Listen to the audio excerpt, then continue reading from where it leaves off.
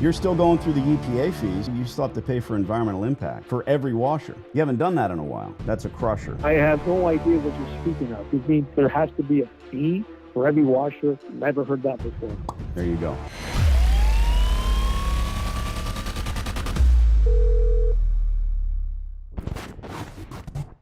Morris, my name is Danny. You met my partner George in person out at your center in North York, where the Coin Laundromat is located. We do coin laundries, and we see that you have this laundromat in the center. Also noticed that there's a redevelopment plan in place. So are you going to level this laundry in the mall, or no? Eventually. Eventually, yeah. So it's my understanding that you and your brother are the developers. I have a little information that you built this place back in the day, and it's changed hands a few times. My MO is pretty simple. You're a good guy to know, as I am. I want to sign a lease with you in existing coin laundromats, retool it, operate it. I'm not a flipper. I'm not a broker. I don't sell them. I don't sell laundry equipment. I'm an operator of stores. So maybe not here. It sounds like the plan is not to end up with a long-term lease for any future tenants, if I'm right. I'm not sure exactly where I fit in on this and who exactly you are, to be honest with you. Well, I'm the boss. Head honcho. El numero uno. And a lot of these things are the public record, and a lot of things are... No, it's not. It's not that. Let me stop you. My partner was at your mall. His name is George. Okay. He met you in person. Okay. You came out of the back room. I think it was at the bodega or the grocery store. He's kind of the boots on the ground guy at 45 Four Winds. Oh, I spoke to him. Yeah, Yes. I remember bumping into the guy. Yes, absolutely. So I, my friend, am not Absolutely. looking at your phone number in a phone book. I didn't find you on Google Maps. I'm getting your number from my partner, George. So what do you guys do? Tell me what you guys do. You buy all kinds of businesses. You're in the laundromat business. We don't buy anything. I'm in the coin laundry business. We look for existing stores that have infrastructure, the gas, water, electric. The store is built out. I made the mistake, since you asked, Morris, 25 years ago, of buying a laundromat because I didn't know anything about it. I'm the kind of guy that digs in and learns. So I could have immediately sold that business because it was a total failure. Instead, I retooled it. I put new equipment in. I still own that store today. I would build 36 more locations in 3 provinces. So we are looking at this store as a future benefit to us and a benefit to you through signing a lease. But again, if your plan is to level the building, then it doesn't work. You know what? I think your partner might have gave you some wrong information. I have an up and running laundromat. I'm a landlord, and I have a tenant. Yes. So if you're interested, none of that is wrong. None of that is wrong, Morris. So if he closes down, I don't, just for all fairness, I would never give it away for free. When we purchased this plaza long ago, the gentleman who opened it with a big loan on it went under, and we took the laundromat and we ran it for a couple of years so easily, and we actually resold it. So if I get that laundromat for the infrastructure for zero, I'm not going to give it away for zero. Good. I'm not looking just for a lease. Good. The leases on that spot on a square foot basis is much lower than all the other stores I have here.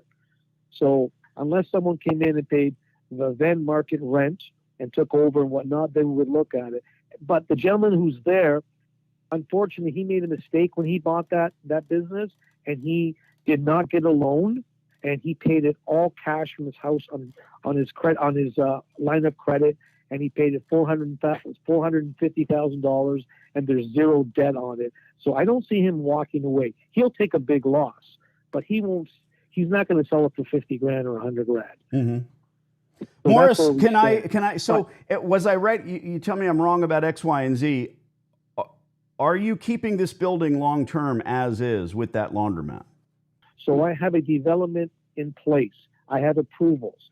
It's a 3-phase, and the last phase happens to be where the laundromat is, and it may be 5 to 10 years that's not touched for that building. Okay. That building happens. Well, it's too ambiguous. But It's too ambiguous for us. And let me go back to something Yeah. else that you said, which I think is really humorous.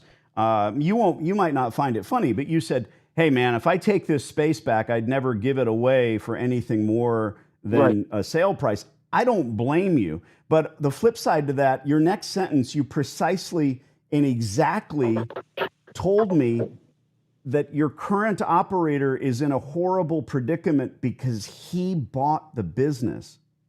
Come on.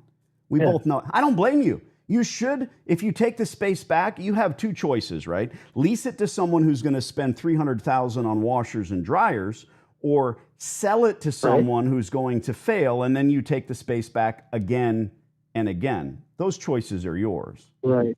Tell me I'm wrong. Right. You just told me if I take the space back at a zero sum, because this guy lost his ass, he lost his home, he didn't know how to. Dude, hold on. The equipment in this laundromat is a wreck. No, it's not. It's when I say take it back, I don't mean the square walls. I mean, yeah, I know. He has a lease in place. Pretend like I understand. I own commercial space too. I would take all the equipment. I would just have the equipment's junk. Take it over. The equipment's junk. That's why he can't make money. I'm just a landlord looking for rent.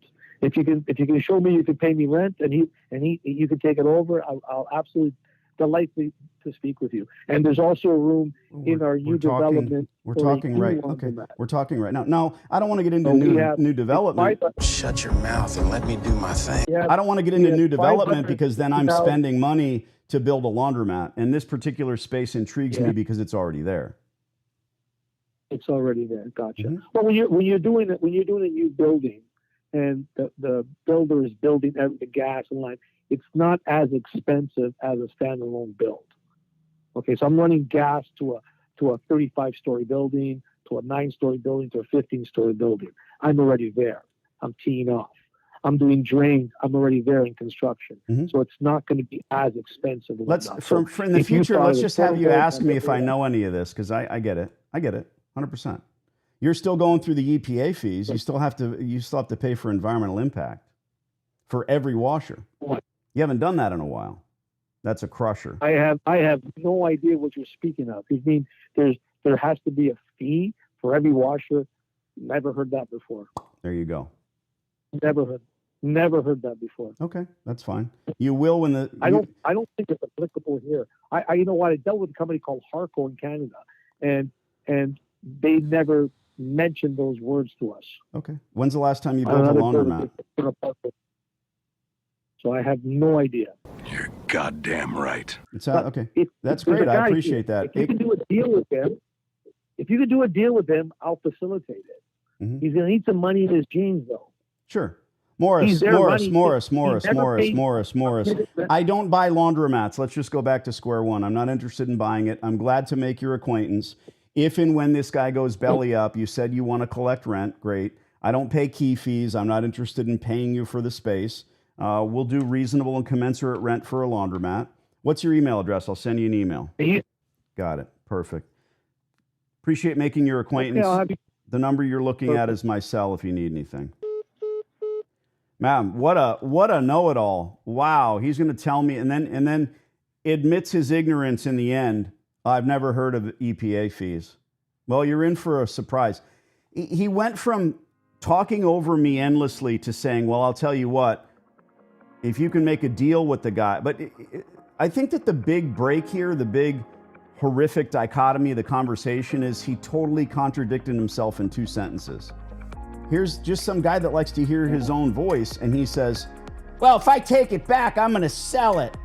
It's worth $200,000. The guy that bought it, that's in there now, he lost everything. Okay? What? Bro, dude, some people are so good at talking in circles that you're just sitting there rowing a boat with one row, and you end up nowhere. Done with this guy. Well, you know what? If we do the new development, we'll take you in and we'll do something for. No, because okay, I'm already running the gas line. No, you're running that gas line and that water and that electric to 100 machines. It's a little different, bud. A little different. The build out for a Starbucks is what? 1/4 inch pipe for the coffee machine. That's it. Same ADA compliant restroom as anywhere else, and a stub out for a coffee machine. A laundromat is, and this guy, the fact that he doesn't know that or he pretends, oh, well, we'll build it for you. No problem. All right, I'll email him. I'll save his number. Keep looking. Thanks. You the man. Okay. You see, people in Canada aren't all nice, kind folks that just want to do the best they can for you and, pardon me, and help a little old lady across the street. They're the same as anybody else. Some guy's got a Kentucky accent, and he's a smart businessman. He's got the same mindset as a kid from Brooklyn or someone from Ontario. Don't let anybody fool you or tell you otherwise.